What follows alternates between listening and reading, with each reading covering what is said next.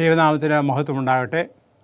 യേശുക്രിസ്തുവിൻ്റെ വിശ്വാസം എന്നുള്ളതായ ഈ പരമ്പരയിൽ ഇന്ന് ചിന്തിപ്പാനക്കൊണ്ണം ഞാൻ ആഗ്രഹിക്കുന്ന ആ വിഷയം ദൈവത്തിൻ്റെ കൽപ്പനയെക്കുറിച്ചുള്ള യേശുവിൻ്റെ ധാരണ എന്തായിരുന്നു. അതായത് ദൈവത്തിൻ്റെ കൽപ്പനയെക്കുറിച്ച് നാം പഠിക്കുമ്പോൾ ഇസ്രായേൽ മക്കൾ മിസ്രയീം ദേശത്തുനിന്ന് പുറപ്പെട്ടു വന്നു. അവർ കനാൻ ദേശത്ത് എത്തുന്നതിന് മുൻപായിട്ട് കർത്താവായ യേശുക്രിസ്തു സീനായി മലയിൽ വെച്ച് ദൈവത്തിൻ്റെ കൽപ്പന അവർ കൊടുത്തു. അതിൻ്റെ ചിത്രീകരണം വളരെ അത് വിവരിപ്പാനൊക്കെ അനവധിയാണ്. അതുകൊണ്ട് ഞാൻ ഇവിടെ വിവരിക്കുന്നില്ല. പക്ഷെങ്കിൽ ദൈവത്തിൻ്റെ 10 കൽപ്പന കൊടുത്തതായ സാഹചര്യത്തിൽ അതിനെക്കുറിച്ച് പുറപ്പാട് പുസ്തകം 20-ാമത്തെ അധ്യായത്തിലും ആവർത്തന പുസ്തകത്തിലും അതിനെക്കുറിച്ച് രേഖപ്പെടുത്തിയിട്ടുണ്ട്. എന്നാൽ പുറപ്പാട് പുസ്തകം 20-ാമത്തെ അധ്യായത്തിൽ നാം വായിക്കുന്നത് ദൈവം ഈ വചനങ്ങളൊക്കെയും അരുളി ചെയ്തു. അടിമവീടായ മിസ്രയീം ദേശത്ത് നിന്നെ കൊണ്ടുവന്ന യഹോവയായ ഞാൻ നിൻ്റെ ദൈവമാകുന്നു. അവിടെ മുതൽ താഴോട്ട് ദൈവത്തിൻ്റെ 10 കൽപ്പന ഓരോന്നും അവിടെ എന്യൂമറേറ്റ് ചെയ്തിട്ടുണ്ട്. ഞാനല്ലാതെ അന്യവിഗ്രഹങ്ങൾ നിനക്കുണ്ടാകരുത്, ഒരു വിഗ്രഹം ഉണ്ടാക്കരുത്, മീതെ സ്വർഗത്തിലെങ്കിലും ഭൂമി താഴെ ഭൂമിയിലെങ്കിലും ഭൂമിക്ക് കീഴെ വെള്ളത്തിലെങ്കിലും ഉള്ള യാതൊതിൻ്റെ പ്രതിമയായിരുത്. ഇത് നിങ്ങൾക്ക് വായിക്കാൻ തക്കവണ്ണം സാധിക്കും. അപ്പോൾ അതിൻ്റെ 17-ാമത്തെ വാക്യം പറയുന്നത്, കൂട്ടുകാരന് നേരെ കള്ളസാക്ഷ്യം പറയരുത്, കൂട്ടുകാരൻ്റെ ഭവനത്തെ മോഹിക്കരുത്, കൂട്ടുകാരൻ്റെ ഭാര്യയെയും അവൻ്റെ ദാസിനെയും ദാസിയെയും അവൻ്റെ ഭാര്യയെയും അവൻ്റെ ദാസിനെയും ദാസിയെയും അവൻ്റെ കാളയെയും കഴുതയും കൂട്ടുകാരുടെ യാതൊന്നിനെയും മോഹിക്കരുത്. അപ്പോൾ ഈ 10 കൽപ്പനയും ദൈവം തൻ്റെ വായ് കൊണ്ട് അരുളി ചെയ്തു. അതുകൂടാതെ മോശ കൊണ്ടുപോയതായ കൽപ്പലകിൽ എഴുതി കൊടുത്തു. അതായത് സ്വന്തം വിരലുകൾ കൊണ്ട് എഴുതിയെന്നാണ് പറയുന്നത്. അപ്പോൾ ഇത് നമ്മുടെ ഓരോരുത്തരുടെയും ജീവിത അനുഭവങ്ങൾക്ക് വേണ്ടിയാണ്. അപ്പോൾ ഈ 10 കൽപ്പനയെക്കുറിച്ച് ഉള്ളതായ ചില തെറ്റിദ്ധാരണകളുണ്ട്. 10 കൽപ്പനയെക്കുറിച്ചല്ല, കൽപ്പനകളെക്കുറിച്ച് പറയുമ്പോൾ ചിലർ തെറ്റിദ്ധരിക്കാറുണ്ട്. അപ്പോൾ അവിടെ ഈ തെറ്റിദ്ധാരണയ്ക്കുണ്ടായ കാരണം കർത്താവായ യേശുക്രിസ്തുവിൻ്റെ കാലത്ത് അല്ലെങ്കിൽ ആ സമയത്തോടടുത്ത് പരീശന്മാർ അല്ലെങ്കിൽ ന്യായശാസ്ത്രിമാർ ഈ 10 കൽപ്പനയെ പലതരത്തിലുള്ളതായ ഇൻ്റർപ്രിട്ടേഷൻ, അതായത് അവർ പലതരത്തിൽ അതിനെക്കുറിച്ച് ചിത്രീകരിക്കുകയും ചില കൽപ്പനകൾക്ക് ചില പോം വഴികളും അല്ലെങ്കിൽ അതിനുള്ള ചില മറുവഴികളൊക്കെയും അവർ കാണുകയും ചെയ്തു. അതായത് അനേക നിയമങ്ങൾ ഇതിനോടുകൂടി ചേർത്ത് എഴുതപ്പെട്ടു. എന്നാൽ ദൈവം കൊടുത്തതായ ദൈവത്തിൻ്റെ 10 കൽപ്പനകൾ അത് വിശുദ്ധമാണ്, അത് എന്നേക്കുമുള്ളതാണ്. ഈ ഒരു കാര്യങ്ങളെക്കുറിച്ച് കർത്താവായ യേശുക്രിസ്തുവിൻ്റെ മനോഭാവം എന്തായിരുന്നു? അതിനു മുൻപായിട്ട് പരീശന്മാരുടെ മനോഭാവത്തെക്കുറിച്ച് പറയുന്നതായൊരു ഭാഗം ഞാൻ വായിക്കാൻ ആഗ്രഹിക്കുകയാണ്. ലൂക്കോസിൻ്റെ യോഹന്നാൻ്റെ സുവിശേഷം 7-ാമത്തെ അധ്യായത്തിൽ അവിടെ പറയുന്നുണ്ട്, യേശുക്രിസ്തുവിനെ കണ്ട് പലരും പല രീതിയിൽ പറഞ്ഞു. അതിനെക്കുറിച്ച് 41 മുതൽ ഞാൻ വായിക്കുന്നു. ദാവീദിൻ്റെ സന്തതിയിൽ നിന്നും ദാവീദ് വാർത്ത ബെത്ലഹേമിൽ നിന്നും ക്രിസ്തു വരുന്നെന്ന് തിരുവെഴുത്തിൽ പറയുന്നില്ലയോ? അപ്പോൾ ഇത് കാരണം യേശുക്രിസ്തു ജനിച്ച ബെത്ലഹേമിലാണെങ്കിലും താൻ വളർന്ന എവിടെയാണ്? ഗലീല ദേശത്താണ്. അപ്പോൾ ഇത് പലരും തെറ്റിദ്ധരിച്ചു. അപ്പോൾ കാരണം പ്രവചന നിവൃത്തി പ്രകാരം ബെത്ലഹേമിലായിരിക്കണം യേശുക്രിസ്തു. പക്ഷേ യേശുക്രിസ്തുവിനെ നാം കാണുന്നത് കൂടുതൽ സമയവും അല്ലെങ്കിൽ ബെത്ലഹേമിൽ നിന്ന് താൻ പോകുന്നു, അവർ വന്ന് ഗലീലയിൽ താമസിക്കുന്നു, അങ്ങനെ ഒരു ഗലീലക്കാരനായിട്ടാണ് കാണുന്നത്.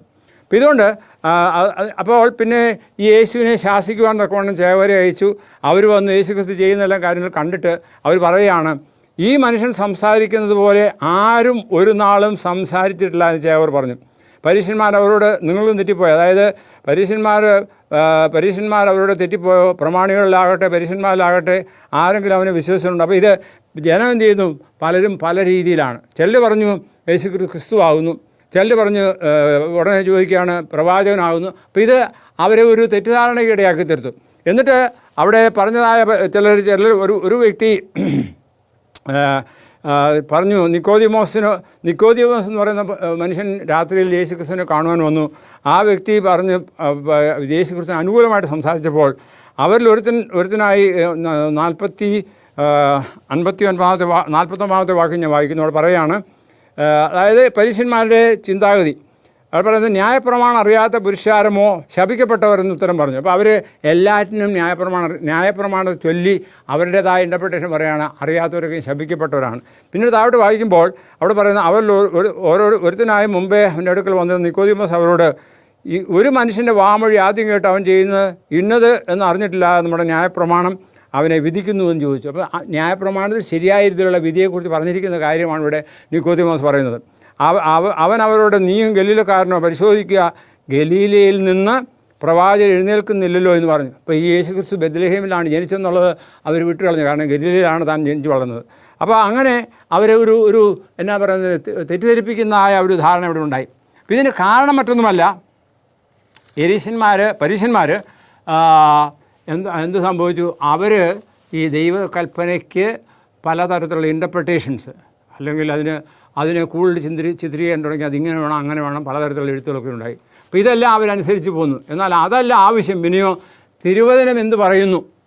അപ്പം ആ ഒരു കാര്യത്തെക്കുറിച്ച് നാം ചിന്തിക്കുമ്പോൾ നമ്മുടെ ധാരണയ്ക്കായിട്ട് ഞാൻ ഒരു വ്യത്യാസം, അതായത് വ്യത്യാസം എന്ന് പറഞ്ഞാൽ ദൈവത്തിൻ്റെ കൽപ്പനയുണ്ട്. അവിടെ രണ്ട് കാര്യങ്ങളുണ്ട്. ഒന്ന് ദൈവത്തിൻ്റെ കൽപ്പനയുണ്ട്, പിന്നെ ആചാരപരമായ കൽപ്പന ഉണ്ടായത്. ഇംഗ്ലീഷിൽ പറയുമ്പോൾ ദൈവത്തിൻ്റെ 10 കമാൻഡ്മെൻറ്റ്സ് ഉണ്ട്, അതുപോലെ സെറിമോണിയൽ ലോസ്, ആചാരപരമായ നിയമങ്ങൾ. അപ്പോൾ ഈ രണ്ട് കാര്യങ്ങളും രണ്ടാണ്. ഒന്നാമത് ദൈവം സ്വന്തം വിരലുകൾ കൊണ്ട് എഴുതിയതായ ദൈവത്തിൻ്റെ കൽപ്പന പെട്ടകത്തിന് അകത്ത് വെച്ചു. എന്നാൽ മോശ എഴുതിയതായ കാര്യങ്ങളൊക്കെയും പെട്ടകത്തിന് പുറത്ത് വെച്ചു. അപ്പോൾ ഇതിൻ്റെ ഒരു കമ്പാരിസൺ, ഒരു താരതമ്യ പഠനം ഞാൻ നടത്താൻ ആഗ്രഹിക്കുകയാണ്. ഉദാഹരണമായിട്ട് ഇവിടെ പറയുമ്പോൾ ദൈവത്തിൻ്റെ കൽപ്പനയെക്കുറിച്ച് യാക്കോബ് അപ്പോസ്തലൻ പറയുന്നത് രാജകീയ ന്യായപ്രമാണമെന്ന് പറയുന്നു. അതായത് ദൈവികമായ ന്യായപ്രമാണം. പക്ഷെങ്കിൽ സാധാരണ മറ്റുള്ളത് ആചാരപരമായ ന്യായപ്രമാണം. ഇതിനൊക്കെയും ബൈബിൾ വാക്യമുണ്ട്. എല്ലാ വാക്യങ്ങളും വായിച്ചാൽ ഒത്തിരി സമയമെടുക്കും. പക്ഷേ ഞാനതിൻ്റെ പ്രധാനപ്പെട്ടതായ കാര്യങ്ങൾ നിങ്ങളോട് പറയുകയാണ്, ശ്രദ്ധിക്കുക. അതായത് ദൈവത്തിൻ്റെ 10 കൽപ്പന താൻ സ്വന്തം കൊണ്ട് അല്ലെങ്കിൽ വായ് കൊണ്ട് അരുളിയതാണ്, വായ്മൊഴിയാണ്. എന്നാൽ മറ്റതെന്താണ്? അത് മോശ എഴുതിയത് അല്ലെങ്കിൽ മോശ പറയുന്നതുമായ കാര്യങ്ങളാണ്. ഹാൻഡ് റിട്ടൺ എന്നാണ് ബൈബിൾ പറയുന്നത്. പ്രത്യേകിച്ച് പറയുമ്പോൾ മോശ എഴുതിയതായ കാര്യങ്ങൾ, അതുപോലെ മോശ പറഞ്ഞതായ കാര്യങ്ങൾ. എന്നാൽ മറ്റത് ദൈവത്തിൻ്റെ 10 കൽപ്പനയോ അത് വായ്മൊഴിയായിട്ട് കൊടുത്തു, അതുപോലെ ദൈവത്തിൻ്റെ വിരലുകൾ കൊണ്ട് എഴുതിയെന്ന് പറയുന്നുണ്ട്. നമുക്ക് വായിക്കാൻ കൊണ്ട് സാധിക്കും. പുറപ്പാട് ദിവസം 24:12. അപ്പോൾ ഇവിടെ ദൈവം തൻ്റെ സ്വന്തം വിരലുകൾ കൊണ്ട് എഴുതിയതാണ് ദൈവത്തിൻ്റെ 10 കൽപ്പന. എന്നാൽ മോശ നിയമപ്രകാരം പറഞ്ഞാൽ മോശ എഴുതിയതാണ്, അല്ലെങ്കിൽ ലേവ്യന്മാർ എഴുതിയതാണ്. അപ്പോൾ അതുപോലെ തന്നെ ഇത് ദൈവത്തിൻ്റെ വിരലുകൾ കൊണ്ട് എഴുതി, ഞാൻ പറഞ്ഞല്ലോ. ദൈവത്തിൻ്റെ എഴുത്ത് ദൈവത്തിൻ്റെ വിരലുകൾ കൊണ്ട് എഴുതിയെന്ന് പുറപ്പാട് ദിവസം 31:18 പറയുന്നുണ്ട്. മറ്റേ ഈ സെറിമോണിയൽ ലോസ് മോശ അല്ലെങ്കിൽ അന്നത്തെ സ്ക്രൈബ്സ് എഴുതിയതാണ്. പിന്നെ പറയുന്നുണ്ട് ഈ ദൈവത്തിൻ്റെ 10 കൽപ്പന എവിടെയാണ് സൂക്ഷിച്ചിരുന്നത്? അതിനെക്കുറിച്ച് പറയുന്നത് ആക്ച്വലായിട്ട് ഈ സമാഗമന കൂടാരം ഉണ്ടാക്കിയപ്പോൾ സമാഗമന കൂടാരത്തിനകത്ത് ആർക്ക് ഓഫ് ഗോഡ്, ദൈവത്തിൻ്റെ പെട്ടകമുണ്ടായിരുന്നു. ആ പെട്ടകം സ്വർണം കൊണ്ട് പൊതിഞ്ഞതും എല്ലാ തരത്തിലും മഹനീയമായ ഒരു സവിശേഷകരമായ ഒരു പെട്ടിയായിരുന്നു. അതിനകത്താണ് ദൈവത്തിൻ്റെ കൽപ്പന വെച്ചിരുന്നത്. ആ കൽപ്പനയുടെ പുറത്തായിട്ട് 2 ദൂതന്മാരിങ്ങനെ ചിറക് വിരിച്ച് നിൽക്കുന്നു. അതിനകത്ത് അതിനുള്ളിലായിട്ട് ദൈവത്തിൻ്റെ കൃപാസനമുണ്ട്. അപ്പോൾ ഈ ദൈവത്തിൻ്റെ കൽപ്പനയുടെ പ്രാധാന്യത്തെക്കുറിച്ച് കാണിക്കുന്നത് അത് നിയമപ്പെട്ടതിനകത്തായിരുന്നു. പിന്നീട് കാലശേഷം മന്ന അളക്കുന്നതായ ഒരു പാത്രം മന്നായും, അതുപോലെ തന്നെ മോശയുടെ തളർത്ത വടിയും അതിനകത്ത് വെച്ചിരുന്നു. അപ്പോൾ ഇതാണ് പ്രധാനം. എന്താണ്? ദൈവത്തിൻ്റെ കൽപ്പനയുടെ പ്രാധാന്യമാണ്. എന്താ? അത് പെട്ടകത്തിനകത്ത് വെച്ചിരുന്നു. എന്നാൽ മോശ എഴുതിയതായ എഴുത്തുകളൊക്കെയും അത് ചുള്ളുകളിലാക്കി ഈ ആർക്കിൻ്റെ സൈഡിൽ അല്ലെങ്കിൽ ഒരു വശത്ത് വെച്ചിരുന്നു. അപ്പോൾ ഈ വ്യത്യാസം. ഇനി അത് മാത്രമല്ല, ഈ ദൈവത്തിൻ്റെ കൽപ്പനയെക്കുറിച്ച് പറയുമ്പോൾ അത് പൂർണ്ണതയുള്ളതാണ്. അപ്പോൾ ബൈബിൾ വാക്യമുണ്ട്, നമുക്ക് വായിക്കാം. 19-ാം സങ്കീർത്തനം 7-ാമത്തെ വാക്യം. ഏതാനും ചില വാക്യങ്ങൾ ഞാൻ വായിക്കുകയാണ്, കാരണം നാം മനസ്സിലാക്കേണ്ടത് ആവശ്യമുണ്ട്. 19-ാം സങ്കീർത്തനം 7-ാമത്തെ വാക്യം ഞാൻ പ്രകാരം വായിക്കുന്നു.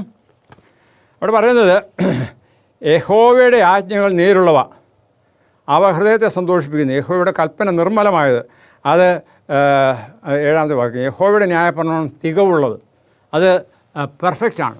എന്നാൽ ഈ പറയപ്പെട്ട സെറിമോണിയലോ ആചാരപരമായ കൽപ്പനകളൊക്കെയും ആ ആചാരത്തിന് വേണ്ടി മാത്രമാണ്. പ്രത്യേകിച്ച് പറയുമ്പോൾ നമുക്കറിയാം, യഹൂദന്മാർക്ക് പലതരത്തിലുള്ള, ഇസ്രായേൽ മക്കൾക്ക് പലതരത്തിലുള്ളതായ യാഗങ്ങളുണ്ടായിരുന്നു. ആ യാഗങ്ങൾക്ക് വേണ്ടി അല്ലെങ്കിൽ യാഗകർമാദികളെ സൂചിപ്പിക്കുന്നതായ കാര്യങ്ങളാണ്. ഈ യാഗങ്ങളെല്ലാം ആരെ സൂചിപ്പിക്കുന്നതായിരുന്നു? യേശുക്രിസ്തുവിനെ. അപ്പോൾ യേശുക്രിസ്തുവിൻ്റെ വരവോടുകൂടി അത് നിറവേറി. അത് മാത്രമല്ല, യേശുക്രിസ്തു യാഗമായതോടുകൂടി അതിന് എല്ലാം മാറിപ്പോയി. ഈ സെറിമോണിയിലെ നിയമങ്ങളെല്ലാം, ആചാരപരമായ കർമ്മങ്ങളെല്ലാം മാറിപ്പോയി. യാഗങ്ങളില്ലെന്ന്. അപ്പോൾ അങ്ങനെയുള്ളതായ കാര്യങ്ങൾ നമ്മൾ ഓർത്തിരിക്കുക. ഇനി അത് മാത്രമല്ല, ഈ ദൈവത്തിൻ്റെ ന്യായപ്രമാണത്തെക്കുറിച്ച് പറയുന്നത് അത് വിശ്വാസയോഗ്യമാണ്. കാരണം നമുക്ക് വിശ്വസിക്കാൻ പറ്റിയതാണ്.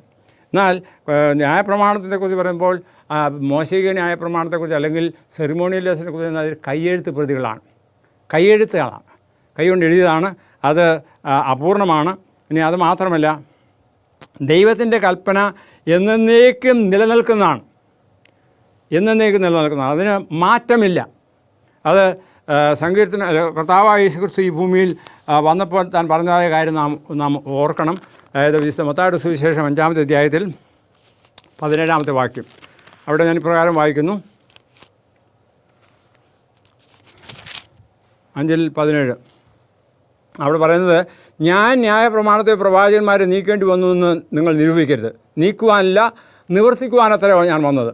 നിത്യമായി ഞാൻ നിങ്ങളോട് പറയുന്നു, ആകാശവും ഭൂമിയും ഒഴിഞ്ഞു പോകും വരെ, സകലവും നിവൃത്തിയാകും വരെ ഓളം ന്യായപ്രമാണത്തിൽ നിന്ന് ഒരു വള്ളിയെങ്കിലും ഒരു പുള്ളിയെങ്കിലും ഒരു നാളും ഒഴിഞ്ഞു പോകുകയില്ല. അപ്പോൾ ഈ ന്യായപ്രമാണ പുസ്തകത്തിലുള്ളതായ കാര്യങ്ങളിൽ ഒരു വള്ളി, നമുക്കറിയാം സാധാരണ നമ്മൾ മായ എഴുതിയിട്ട് അതിൻ്റെ മീൻ ഇടുമ്പോഴത്തേക്ക് ഒരു വള്ളിയുണ്ട്, അതുപോലെ കുത്തുണ്ട്, കൂമയുണ്ട്, ഇതെല്ലാം എന്താണ് പുള്ളികളായിരുന്നു. വള്ളിയെങ്കിലോ ഒരു പുള്ളിയെങ്കിലോ ഒരു നാളും പോകുകയില്ല. ആകയാൽ പിന്നെ പറയുന്നത്, ഏറ്റവും വലിയ കൽപ്പനകൾ ഒന്നഴിക്കുകയും അവയെ പഠിപ്പിക്കുകയും ചെയ്യുന്നതിനെല്ലാം സ്വർഗ്ഗരാജ്യത്തിൽ ഏറ്റവും ചെറിയവനാണല്ലോ. അങ്ങനെ ചെയ്യുന്നത് ശരിയല്ല. പിന്നെ അവയെ ആചരിക്കുകയും പഠിപ്പിക്കുകയും ചെയ്യുന്നവനോ സ്വർഗ്ഗരാജ്യത്തിൽ വലിയവനെന്ന് വിളിക്കപ്പെടും. അപ്പോൾ ആചരിക്കുകയും പഠിപ്പിക്കുകയും ചെയ്യുന്നവൻ. അപ്പോൾ ഈ ദൈവത്തിൻ്റെ കൽപ്പനയുടെ പ്രാധാന്യത്തെക്കുറിച്ച് ഇവിടെ കർത്താവായ യേശുക്രിസ്തു പറയുന്നു. പിന്നെ അതിനെക്കുറിച്ച് എടുത്തു പറയുന്നുണ്ട്, കൊല ചെയ്തെന്ന് പറയുന്നുണ്ട്. അത് കൊല ചെയ്താൽ നിങ്ങൾ കൊല ചെയ്യരുത് എന്ന് ആരെങ്കിലും കൊല ചെയ്താൽ ന്യായവിധിക്ക് യോഗ്യനാകുമെന്ന് പൂർവ്വന്മാരോട് അളിച്ചിരുന്നു. അപ്പോൾ അങ്ങനെ ദൈവത്തിൻ്റെ കൽപ്പനയുടെ പ്രാധാന്യത്തെക്കുറിച്ച് ഇവിടെ ഈ 5-ാമത്തെ അധ്യായത്തിൽ എടുത്തു കാണിക്കുകയാണ്. അപ്പോൾ അതുകൊണ്ട് ഈ ദൈവത്തിൻ്റെ കൽപ്പനയുടെ പ്രാധാന്യം എന്താണെന്ന് നാം ഓർത്തിരിക്കുക, മനസ്സിലാക്കുക. അത് വിശ്വാസ്യമാണ്, അത് മാറ്റമില്ലാത്തതാണ്, അതിന് യാതൊരു മാറ്റവുമില്ല. എന്നാൽ കയ്യെഴുത്ത് പ്രതികളോ അത് അതിൻ്റെ സമയത്ത്, അതായത് കർത്താവായ യേശു ക്രിസ്തുവിൻ്റെ യാഗത്തോടുകൂടി ഈ പറയപ്പെട്ട എല്ലാ സെറിമോണിയൽ ലോസും മാറിപ്പോയി. പിന്നീട് നാം വായിക്കുന്നത്, ഈ ദൈവത്തിൻ്റെ കൽപ്പന നീതിയുക്തമാണ്. യെശയ്യാപ്രവചനത്തിൽ നിന്ന് വായിക്കുന്നുണ്ട്. അതായത് യെശയ്യാപ്രവാചകൻ 42:21 ഞാൻ വായിക്കുന്നു. യഹോവ തൻ്റെ നീതിമഹത്വം ഉപദേശത്തെയും ശ്രേഷ്ഠമാക്കി മഹത്വമാക്കുവാൻ പ്രസാദിച്ചിരിക്കുന്നു. അതായത് യഹോവയുടെ നീതി പോലെ തന്നെ ദൈവത്തിൻ്റെ കൽപ്പന നീതിയുള്ളതാണ്. എന്നാൽ ഈ പറയപ്പെട്ട, അതായത് സെറിമോണിയൽ ലോസ് എപ്പോഴും അത് ഒന്നുകിൽ വേർപാടിൻ്റെ ചുവരാണ്, അത് കയ്യെഴുത്ത് പ്രതികളാണ്, അത് നിലനിൽക്കുന്നതല്ല. അത് നമ്മെ ദൈവത്തിങ്കിലേക്ക് അടുപ്പിക്കുന്നതിന് പകരം ആചാരപരമായ കാര്യങ്ങളിലേക്ക് അടുപ്പിക്കുകയാണ് ചെയ്യുന്നത്. പിന്നെ പറയുന്നത്, ഈ ദൈവത്തിൻ്റെ കൽപ്പന എന്ന് പറയുന്നത് അത് നമ്മെ എന്ത് ചെയ്യുന്നു, പാപത്തെക്കുറിച്ച് ബോധം വരുത്തുകയാണ്, പാപബോധം ഉണ്ടാക്കുകയാണ്. ദൈവത്തിൻ്റെ കൽപ്പനാലംഘനം പാപം, അത് കൽപ്പനാലംഘനം പാപമാണെന്ന് തിരുവനന്തപുരം അനുശാസിക്കുന്നുണ്ട്. അപ്പോൾ ഇത് എന്താണ് നമ്മെ ചൂണ്ടിക്കാണിക്കുന്നത്? ദൈവത്തിൻ്റെ കൽപ്പന നീതിക്ക് യോഗ്യമായ ഫലം കായ്പാൻ തക്കവണ്ണമാണ്. ഇനി അതിന് വേറൊരു വശം ചിന്തിക്കുകയാണെങ്കിൽ, ഈ കഴിഞ്ഞ ദിവസം ഞാൻ നിങ്ങളോട് വായിക്കുകയുണ്ടായി, ഒരു ന്യായാധിപൻ വന്ന് നന്മ ചെയ്യുന്നതെന്ന് ചോദിച്ചപ്പോൾ അവൻ എന്താണ് തിരുവചനം അനുശാസിക്കുന്നത് ചോദിച്ചപ്പോൾ അവൻ പറഞ്ഞത്, നിൻ്റെ ദൈവത്തെ പൂർണ്ണ ഹൃദയത്തോടും പൂർണ്ണ ആത്മാവോടും പൂർണ്ണ ശക്തിയോടും കൂടി സ്നേഹിക്കണം, നിൻ്റെ അയൽക്കാരനെ നിന്നെ തന്നെ സ്നേഹിക്കണം. അപ്പോൾ ഇത് പറഞ്ഞതിൻ്റെ കാര്യം മറ്റൊന്നുമല്ല, ഈ ദൈവത്തിൻ്റെ കൽപ്പനകളെ നമുക്ക് രണ്ടായിട്ട് തിരിക്കുക. അതായത് ദൈവത്തിൻ്റെ 10 കൽപ്പനകൾ എന്താണ്? ഒന്ന് ദൈവത്തോടുള്ളതായ സ്നേഹം, മറ്റൊന്ന് മനുഷ്യനുള്ളതായ സ്നേഹം. ഒന്ന് അതിനെ പറഞ്ഞാൽ മുകളിലേക്ക് ദൈവത്തോടുള്ളതായ സ്നേഹം, അതുപോലെ തന്നെ മനുഷ്യനോടുള്ളതായ സ്നേഹം. ഇത് രണ്ടും നമുക്ക് ആവശ്യമാണ്. അതുകൊണ്ടാണ് പറഞ്ഞത്, നിന്റെ ദൈവത്തെ എങ്ങനെ സ്നേഹിക്കണം? പൂർണ്ണ ഹൃദയത്തോടും പൂർണ്ണ ആത്മാവോടും പൂർണ്ണ ശക്തിയോടും കൂടെ. അതുപോലെ നിൻ്റെ അയൽക്കാരനെ അല്ലെങ്കിൽ നിൻ്റെ സഹോദരനെ നിന്നെപ്പോലെ സ്നേഹിക്കണം. അപ്പോൾ ഇത് സ്നേഹത്താൽ, അല്ലെങ്കിൽ സ്നേഹമാണ് 10 കൽപ്പനയുടെ സാരാംശം, എല്ലാറ്റിൻ്റെയും ഉറവിടം. അതായത് നാം ദൈവത്തെ സ്നേഹിക്കുമ്പോൾ കണിശമായിട്ടും ദൈവത്തിൻ്റെ കൽപ്പനകളെ നാം അനുസരിക്കും. പ്രത്യേകിച്ച് പറയുമ്പോൾ നമ്മൾ 10 കൽപ്പനയിൽ വായിച്ചത് എന്താണ്? അവിടെ വായിച്ചത് 20-ാമത്തെ അധ്യായത്തിൽ നാം വായിച്ചു. എന്താണ്? യഹോവയായ ഞാൻ നിൻ്റെ ദൈവമാകുന്നു, ഞാനല്ലാതെ അന്യ ദൈവങ്ങൾ നിനക്കുണ്ടാകരുത്. അതായത് ദൈവത്തെ സ്നേഹിക്കുന്നവർക്ക്, ദൈവത്തെ സ്നേഹിക്കുന്നതിന് വേറൊരു ദൈവം ഉണ്ടാകുകയില്ല. യഹോവയാണെന്ന ദൈവം, ആ ദൈവമല്ലാതെ വേറൊരു ദൈവമില്ല. ഇനിയും നമ്മൾ യഹോവയുടെ ഭാഗങ്ങൾ വായിക്കുമ്പോൾ സർവശക്തനാണ്. ഞാൻ യേശുക്രിസ്തുവിനെക്കുറിച്ചും പറഞ്ഞു, സർവ്വവ്യാപിയാണ്. ഈ പറയപ്പെട്ടതായ ദൈവമാണ്, ആ ദൈവം അല്ലാതെ വേറൊരു ദൈവം നമുക്കില്ല. പിന്നെ 2-ാമത്തെ കൽപ്പന പറയുന്നതാണ്, ഒരു വിഗ്രഹം ഉണ്ടാക്കരുത് എന്ന് പറഞ്ഞാൽ ഈ ഭൂമിയിൽ മനുഷ്യർ ഇന്ന് നമ്മുടെ ചുറ്റുപാടുകളിലായി കാണുന്നത് എന്താണ്? അനേക തരത്തിലുള്ളതായ വിഗ്രഹങ്ങളുണ്ട്.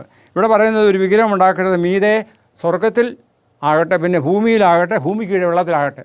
ഇപ്പോൾ ഭൂമിയിൽ ആകാശത്തിൽ സൂര്യനെയും ചന്ദ്രനെയും അങ്ങനെയുള്ളതായ വസ്തുക്കളെ അല്ലെങ്കിൽ ദൈവം സൃഷ്ടിച്ചായ സൃഷ്ടികളെ ആരാധിക്കുന്നവരുണ്ട്. മനുഷ്യനെ പല രൂപത്തിൽ ദൈവന്മാരായി സൃഷ്ടിച്ച് അല്ലെങ്കിൽ അതിനെ ആരാധിക്കുന്നവരുണ്ട്. കടലിൽ കാണുന്ന മത്സ്യങ്ങളെ അല്ലെങ്കിൽ തിമിംഗലത്തെ അല്ലെങ്കിൽ ആമയെ അല്ലെങ്കിൽ ഇങ്ങനെയുള്ള കാര്യങ്ങളൊക്കെയും വർഷിപ്പിക്കുന്നവരുണ്ട്. അതുകൊണ്ടാണ് ഇവിടെ പറയുന്നത് സ്വർഗത്തിൽ എങ്കിലും ഭൂമിയിലെങ്കിലും ഭൂമിക്ക് കീഴെ താഴെ വെള്ളത്തിനുമുള്ള യാതൊന്നിനെയും പ്രതിമയായിരുത്, അവയെ നമസ്കരിക്കുകയോ അവയെ സേവിക്കുകയോ ചെയ്യരുത്. ഇതെന്തുകൊണ്ടാണ്? ഞാൻ എൻ്റെ ദൈവത്തെ പൂർണ്ണ ഹൃദയത്തോടെ, പൂർണ്ണ ആത്മാവോടെ, പൂർണ്ണ ശക്തിയോടെ സ്നേഹിക്കുന്നതുകൊണ്ടാണ്. അപ്പോൾ അതുകൊണ്ട് നമ്മുടെ ആരാധനാക്രമങ്ങളിലൊക്കെയും നമ്മൾ പറയുന്ന അവയെ നമസ്കരിക്കുകയോ സേവിക്കുകയോ ചെയ്യരുത്. നിൻ്റെ ദൈവമായ യഹോവയെ താൻ തീക്ഷ്ണതയുള്ള ദൈവമാകുന്നു, തന്നെ ഭയക്കുന്നവർ പിതാക്കന്മാരുടെയും അകൃത്യം 3-ാമത്തെയും 4-ാമത്തെയും നിലവരുടെ മക്കളെ സന്ദർശിക്കും. അപ്പോൾ ഇത് യേശുക്രിസ്തുവിനെ അറിയാമായിരുന്നു. അതുകൊണ്ടാണ് യേശുക്രിസ്തു അവരോട് പറയാൻ പറഞ്ഞത്. അപ്പോൾ ആ യേശുക്രിസ്തു പറയുന്നത് എന്താണ്? എന്നെ സ്നേഹിച്ചെൻ്റെ കൽപ്പനകളെ പ്രമാണിക്കുന്നവർക്ക് 1000 തലമുറ വരെ ദയ കാണിക്കും. പിന്നെ അടുത്ത കൽപ്പന പറയുന്നത് നിൻ്റെ ദൈവമായ യഹോവയുടെ നാമം എന്ത് ചെയ്യരുത്? വെറുതെ എടുക്കരുത്. ആവശ്യമില്ലാതെ ദൈവത്തിൻ്റെ നാമം വെറുതെ എടുക്കരുത്. ഇന്ന് ഈ ചുറ്റുപാടുകൾ കാണുന്നവരൊക്കെ ദൈവത്തിൻ്റെ നാമം ദൈവമേ ദൈവമേ എന്ന് വിളിച്ച് പറയുന്ന ഒരു രീതിയുണ്ട്. അത് ശരിയല്ല. ദൈവത്തിൻ്റെ നാമം ഉപയോഗിക്കുമ്പോൾ വളരെ ഭക്തിയോടെ ഉപയോഗിക്കണം. പ്രത്യേകിച്ച് യഹൂദന്മാരുടെ ഇടയിൽ അവർ യാവേ എന്നുള്ളതായ പദം അവർ ഉപയോഗിക്കത്തില്ല. അതിന് പകരം അവരുപയോഗിക്കുന്ന പദം എന്താണെന്ന് അറിയാമോ? യഹോവ എന്നുള്ള പദത്തിന് പകരം യാവേ എന്നുള്ളത് ഉപയോഗിക്കത്തില്ല. അവർ ഉപയോഗിക്കുന്ന പദമാണെന്ന് ചുരുക്കമായിട്ട് ഈ നമ്മൾ കാണുന്നത്. അപ്പോൾ അതുകൊണ്ട് ഞാനത് കൃത്യമായിട്ട് പറഞ്ഞില്ല. യാവേ എന്നുള്ള പദം അവർ ഉപയോഗിക്കത്തില്ല. ഈ 4 ലെറ്റർ വേർഡ്സ് അത് അവർ ഉപയോഗിക്കത്തേയില്ല. അതിന് പകരം അവർ വേറെ ചില പദങ്ങളൊക്കെയാണ് ഉപയോഗിക്കുന്നത്. പിന്നെ പറയുന്നത് അടുത്തത് ശബനാളെ ശുദ്ധീകരിപ്പാൻ ഓർക്കുക. എന്താണ്? 6 ദിവസം അധ്വാനിച്ച് വേല ചെയ്യുക, 7-ാം ദിവസം സ്വസ്ഥമായിരിക്കുക. നിൻ്റെ യഹോവയുടെ ദിവസം, അതായത് നിൻ്റെ ശബനാളെ ശുദ്ധീകരിക്കുക. നീ 6 ദിവസം അധ്വാനിച്ച് വേലയൊക്കെയും ചെയ്യുക, 7-ാം ദിവസം നിൻ്റെ ദൈവമായ യഹോവയുടെ ശബദാകുന്നു. അന്ന് നീയും നിൻ്റെ പുത്രനും പുത്രിയും നിൻ്റെ വേലക്കാരനും വേലക്കാരത്തിയും നിൻ്റെ കന്നുകാലികളും നിൻ്റെ പടിവാതിലുള്ള പരദേശിയും ഒരു വേലയും ചെയ്യരുത്. 6 ദിവസം കൊണ്ട് ദൈവം ആകാശവും ഭൂമിയും അവയുള്ളതൊക്കെയും ഉണ്ടാക്കി. 7-ാം ദിവസം സ്വസ്ഥമായിരുന്നു. അതുകൊണ്ട് യഹോവ ശബദനാളെ അനുഗ്രഹിച്ച് ശുദ്ധീകരിച്ചിരിക്കുന്നു. ഈ ഒരു കാരണം കൊണ്ടാണ് ശബദം അനുസരിക്കണമെന്ന് പറയുന്നത്. അപ്പോൾ ഇത് നമ്മളെന്ത് ചെയ്യണം? അതായത് ദൈവം പറഞ്ഞ ആരാധന, ദൈവം പറഞ്ഞ ദിവസം ആചരിക്കണം. അത് ഞാൻ എൻ്റെ ദൈവത്തെ സ്നേഹിക്കുന്നതുകൊണ്ടാണ്. അപ്പോൾ ആ ദൈവത്തെ സ്നേഹത്തിൽ നമ്മുടെ ജീവിതത്തിൽ ഉണ്ടാകുമ്പോൾ കണിശമായിട്ടും ഈ പറഞ്ഞ എല്ലാ കാര്യങ്ങളും, അതായത് എൻ്റെ ദൈവത്തെ പൂർണ്ണ ഹൃദയത്തോടും പൂർണ്ണ ആത്മാവോടും പൂർണ്ണ ശക്തിയോടും കൂടി സ്നേഹിപ്പാനൊക്കെ ഇടയായിത്തീരുന്നത്. ഇനി അടുത്ത 6 കൽപ്പനകൾ, ഈ 4 കൽപ്പനകളും ദൈവത്തുള്ള സ്നേഹബന്ധമാണ്. അടുത്ത 6 കൽപ്പനകൾ മനുഷ്യനുള്ള ബന്ധമാണ്. അതായത് അടുത്ത് പറയുന്നത് എന്താണ്? നിൻ്റെ ദൈവമായ യഹോവ നിനക്ക് തരുന്ന ദേശത്ത് ദീർഘായുസ് ഉണ്ടാകുവാൻ എൻ്റെ അപ്പനെയും അമ്മയും ബഹുമാനിക്കുക. അപ്പനെയും അമ്മയും എന്ന് പറയുമ്പോഴത്തേക്ക് മൂത്തവരെ ബഹുമാനിക്കുക, എൽഡേഴ്സിനെ.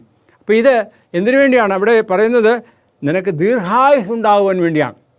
അതും നിൻ്റെ അയൽക്കാരനെ നിന്നെ സ്നേഹിക്കുന്ന പോലെയാണ്. പിന്നെ പറയുന്നുണ്ട് എന്താണ്? അമ്മയെ അപ്പനെ ബഹുമാനിക്കുക, കുല ചെയ്യരുത്. കുല ചെയ്യുക എന്ന് പറഞ്ഞാൽ അത് ജീവിതം എടുക്കുകയാണ്. അത് നമുക്ക് അവകാശമില്ല. ജീവിതം കൊടുക്കുവാൻ നമുക്ക് ജീവൻ എടുക്കാൻ എളുപ്പം, പക്ഷേ ജീവൻ കൊടുക്കാൻ ഒക്കില്ല. ഒരു വ്യക്തി ചത്തു കഴിഞ്ഞാൽ പിന്നെ ജീവിപ്പിക്കുക അല്ലെങ്കിൽ മരിച്ചു കഴിഞ്ഞാൽ പിന്നെ എഴുന്നേൽപ്പിക്കുക നമ്മളെ കൊണ്ട് സാധിക്കില്ല. അത് ദൈവത്തിന് മാത്രമേ സാധിക്കുള്ളൂ. കർത്താവായ യേശുക്രിസ്തു ഭൂമിയിലായിരുന്നപ്പോൾ അനേക മരണപ്പെട്ടവരെ ഉയർപ്പിച്ചതായിട്ട് നാം കാണുന്നില്ല. അത് നമുക്ക് സാധിക്കത്തില്ല. മനുഷ്യൻ പലരും അവകാശപ്പെടുന്നു, പക്ഷേ നടക്കുന്നില്ല. അതുകൊണ്ട് എന്ത് ചെയ്ത്? കുല ചെയ്യരുത്. പിന്നെ വ്യഭിചാരം ചെയ്യരുത്. അത് കുടുംബത്തിൻ്റെ പ്രാധാന്യം അല്ലെങ്കിൽ കുടുംബ വ്യവസ്ഥയുടെ പ്രാധാന്യമാണ്. ഒരു അന്യ സ്ത്രീയുമായി അന്യപുരുഷനുമായി ബന്ധപ്പെടാതിരിക്കുക, വ്യഭിചാരം ചെയ്യുക. അത് ദൈവം അനുവദിച്ചിട്ടില്ല. അതെന്തുകൊണ്ടാണ്? നിൻ്റെ സഹോദരനെ നിൻ്റെ സഹോദരിയെ സ്നേഹിക്കുന്നതുകൊണ്ടാണ്. അടുത്ത കൽപ്പന പറയുന്നത് മോഷ്ടിക്കരുത്. അന്യൻ്റെ വസ്തുക്കളെ മാനിക്കുക. അതായത് ഇതിനെക്കുറിച്ച് പ്രോപ്പർട്ടി റൈറ്റ്. ഈ അത് എൻ്റേതല്ല, മറ്റുള്ളവനെ അത് ഒരിക്കലും തുടരരുത്, അത് എടുക്കരുത്. അത് എടുക്കുന്നതിന് മോഷണമെന്ന് പറയുന്നത് അത് ആ ഒരു കാര്യം നമുക്ക് പാടില്ല. അതെന്തുകൊണ്ടാണ്? അന്യനെ നാം സ്നേഹിക്കുന്നതുകൊണ്ടാണ്. പിന്നീട് പറയുന്നത് കൂട്ടുകാരന് നേരെ കള്ളസാക്ഷ്യം പറയരുത്. ആ വ്യക്തിയുടെ സ്വഭാവത്തെ, ആ വ്യക്തിയുടെ ജീവിതത്തെ ഒരിക്കലും നമ്മൾ ഹനിക്കുവാൻ പാടില്ല. എന്തുകൊണ്ട് പറഞ്ഞുകൊണ്ട്? കള്ളം പറഞ്ഞ് കള്ളസാക്ഷ്യം പറയരുത്. പിന്നെ അവസാനമായിട്ട് പറയുന്നത് മോഹിക്കരുത്. ഒരു വസ്തു കണ്ടാൽ അത് മോഹിച്ച് അതിനെ ആഗ്രഹിക്കുന്നു, അത് നമുക്ക് ദോഷകരമായി തീരുന്നു. അതായത് ആ ഒരു വ്യക്തിയെ നാം സ്നേഹിക്കുമ്പോൾ, ഓരോ വ്യക്തികളെയും നാം സ്നേഹിക്കുമ്പോൾ അവരുടെ പ്രോപ്പർട്ടി റൈറ്റ് മാത്രമല്ല അവരുടെ എല്ലാ കാര്യങ്ങളിലും നാം ഇടപെടരുത്. അതായത് മോഹം ഗർഭം ധരിച്ച് പാപത്തെ പ്രസവിക്കുന്നു യാക്കോബ് അപ്പോസ്തലൻ പറയുന്നുണ്ട്. അതുകൊണ്ട് അതൊരിക്കലും പാടില്ല. എന്തുകൊണ്ടാണ്? മോഹം നല്ലതല്ല. മോഹം വരുന്നത് കൂടുതൽ എന്തുകൊണ്ടാണെന്ന് അറിയാമോ? നമ്മുടെ ഹൃദയം കൊണ്ടാണ്. അപ്പോൾ നിൻ്റെ കൂട്ടുകാരനെ നിന്നെപ്പോലെ സ്നേഹിക്കുക. നീ എത്രമാത്രം നിന്നെ സ്നേഹിക്കുന്നുവോ അതുപോലെ നിൻ്റെ കൂട്ടുകാരനെ സ്നേഹിക്കുക. അത് ചെയ്യുമ്പോൾ ദൈവത്തിൻ്റെ കൽപ്പനകളെല്ലാം നമ്മുടെ ജീവിതങ്ങളിലൂടെ നിറവേറുവാൻ കൊണ്ട് സാധിക്കും. ആയതുകൊണ്ട് ഇന്നെ കേട്ടുകൊണ്ടിരിക്കുന്ന ഓരോരുത്തരുമേ ദൈവത്തിൻ്റെ കൽപ്പനയുടെ പ്രാധാന്യം, യേശുക്രിസ്തു കൊടുത്തതായ പ്രാധാന്യം. യേശുക്രിസ്തു പറഞ്ഞു, നിങ്ങൾ എന്ത് ചെയ്യണം?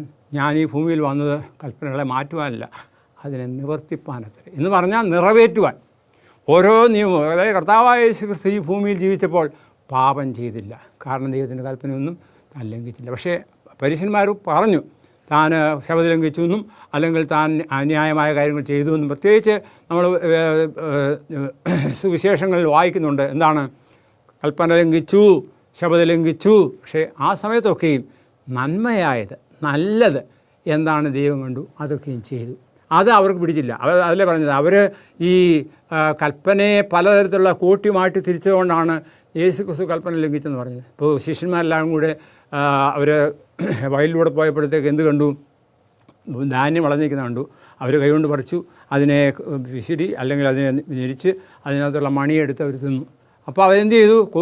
കൊയ്ത്തും മെതിപ്പും പിന്നെ ആഹാരവും കഴിച്ചു. അത് ശബദം ലംഘിച്ചു. കർത്താവ് പറഞ്ഞു അത് ശബദലംഘനമല്ല. പിന്നെ അതുപോലെ തന്നെ പല കാര്യങ്ങളും കർത്താവിനെ അവർ അക്യൂസ് ചെയ്തു. പക്ഷേ ഇതൊന്നും ശബദലംഘനമായിട്ട് അല്ലെങ്കിൽ അതൊരു ലംഘനമായിട്ട് കാണുന്നില്ല. കാരണം പുരോഹിതന്മാർ ദേവാലയത്തിൽ ജോലി ചെയ്യുന്നു, ശബദലംഘനമാണെന്ന് പറയാൻ ഒക്കില്ല. അവർ ദൈവത്തിൻ്റെ വേല ചെയ്യുകയാണ്. അപ്പോൾ ദൈവവേല ചെയ്യുന്നതിനും ദൈവകാര്യങ്ങൾ ഏർപ്പെടുന്നതിനും നമുക്ക് അവകാശമുണ്ട്, അത് ചെയ്യാം. അത് ദൈവത്തിൻ്റെ കൽപ്പന ലംഘനമല്ല. പക്ഷെങ്കിൽ നാം ചെയ്യുന്ന മനഃപൂർവ്വമായിട്ട് വേല ചെയ്യുകയോ അതിന് ധനമുണ്ടാക്കാനൊക്കെ നമ്മൾ പ്രവർത്തിക്കുകയോ ചെയ്യുമ്പോൾ ദൈവത്തിൻ്റെ കൽപ്പനയെ നാം മാനിക്കുകയല്ല ചെയ്യുന്നത്. അത് ദൈവത്തോടുള്ളതായ നിഷേധമാണ്. ദൈവത്തെ പൂർണ്ണ ഹൃദയത്തോടും പൂർണ്ണ ആത്മാവോടും പൂർണ്ണ ശക്തിയോടും സ്നേഹിക്കുന്നുവെങ്കിൽ കണിശമായിട്ടും ദൈവത്തിൻ്റെ കൽപ്പനകളെ നാം മാനിക്കും. അതുപോലെ തന്നെ സഹോദരനെ സ്നേഹിക്കുന്നുവെങ്കിൽ, നിന്നെപ്പോലെ തന്നെ സ്നേഹിക്കുന്നുവെങ്കിൽ കണിശമായിട്ടും ആദ്യം പറഞ്ഞ 4 കൽപ്പനകൾ ദൈവസ്നേഹവും അവസാനത്തെ 6 കൽപ്പനകൾ എന്താണ്? യേശുവിനോടുള്ളതായ അല്ലെങ്കിൽ മനുഷ്യനുള്ളതായ സ്നേഹമാണ്. അതേ അപ്പനെയും അമ്മയും ബഹുമാനിക്കുക, കൊല ചെയ്യരുത്, വ്യഭിചാരം മോഷ്ടിക്കരുത്, കള്ളസാക്ഷ്യം പറയരുത്, മോഹം ഉണ്ടാകാൻ പാടില്ല. ഇതൊക്കെയും നാം നിവർത്തിക്കുമ്പോൾ കണിശമായിട്ടും ദൈവത്തിൻ്റെ കൽപ്പനയ്ക്കുള്ള പ്രാധാന്യം, അതായത് കൽപ്പന നീതിയാണ്, അത് നിത്യമാണ്, അത് എന്നേക്കുമാണ്, അത് ദൈവത്തിൻ്റെ വിരലുകളാൽ എഴുതപ്പെട്ടതാണ്. അത് ആ കൊടുത്ത കാലം മുൻപ് തന്നെ ഉണ്ട്. ഉദാഹരണം പറഞ്ഞാൽ കായൻ ഹാബേലിനെ കൊന്നു. അത് താൻ കൊല ചെയ്തു എന്ന് എനിക്ക് ബോധ്യം വന്നു. കാരണം മനുഷ്യനെ സൃഷ്ടിച്ചപ്പോൾ തന്നെ ഈ ദൈവത്തിൻ്റെ കൽപ്പന അവൻ്റെ ഉള്ളിലുണ്ടായിരുന്നു. പിന്നെ മോശയുടെ കാലത്ത് അവരെന്ത് ചെയ്തു? അവർ 400 വർഷത്തോളം മിസ്രൈം ദേശത്ത് അടിമകളായി കഴിഞ്ഞ സമയത്ത് ഈ കൽപ്പനകളൊക്കെ അവർ മറന്നു. അവർക്ക് സമയമില്ലായിരുന്നു, അവർക്ക് പ്രാർത്ഥിക്കാൻ സമയമില്ലായിരുന്നു. അതുകൊണ്ടാണ് ദൈവത്തിൻ്റെ കൽപ്പന എഴുതി അല്ലെങ്കിൽ തൻ്റെ വിരലുകൾ കൊണ്ട് എഴുതി കൊടുത്തത്. കാരണം ദൈവത്തിൻ്റെ കൽപ്പന അന്നും ഇന്നും എന്നേക്കും നിലനിൽക്കുന്ന, അതിന് യാതൊരു മാറ്റവുമില്ല. കർത്താവായ യേശുക്രിസ്തു അതിനെ പഠിപ്പിച്ചു. അതുപോലെ ഇന്ന് അറിയപ്പെട്ടതായ ശിഷ്യന്മാരായ നാം ഇതേ കാര്യത്തിൽ തന്നെ പ്രാധാന്യം കൊടുക്കുകയും അതിനെ മാനിക്കുകയും എൻ്റെ യേശു എപ്രകാരം ജീവിച്ചുവോ അങ്ങനെ ജീവിക്കുകയും ചെയ്യുവാൻ ദൈവം നമ്മെ ഓരോരുത്തരും സഹായിക്കട്ടെ എന്ന് പറഞ്ഞുകൊണ്ട് ഞാൻ ഈ പ്രസംഗത്തിൽ നിന്ന് വിരമിക്കുന്നു. നമുക്ക് പ്രാർത്ഥിക്കാം. മഹാപരിശുദ്ധനും സ്തുത്യവാനും ബലവാനും ഞങ്ങളുടെ സൃഷ്ടാവും പരിപാലകനുമാകുന്ന സ്വർഗീയ വാഴ്ത്തപ്പെട്ട ദൈവമേ, അവിടുത്തെ സന്നിധിയിലേക്ക് അടിയങ്ങളെ തന്നെ താഴ്ത്തി സമർപ്പിക്കാവുന്നു. ഇന്ന് കർത്താവ് ദൈവത്തിൻ്റെ കൽപ്പനയ്ക്ക് കൊടുത്ത പ്രാധാന്യത്തെക്കുറിച്ച് ഗ്രഹിച്ച് മനസ്സിലാക്കി. എന്നാൽ വേർവ്യത്യാസമനുസരിച്ച് പരീശന്മാർ നൽകിയതായ മോശയെ ന്യായപ്രമാണം അത് പ്രത്യേകിച്ച് അത് മാറ്റപ്പെട്ടു.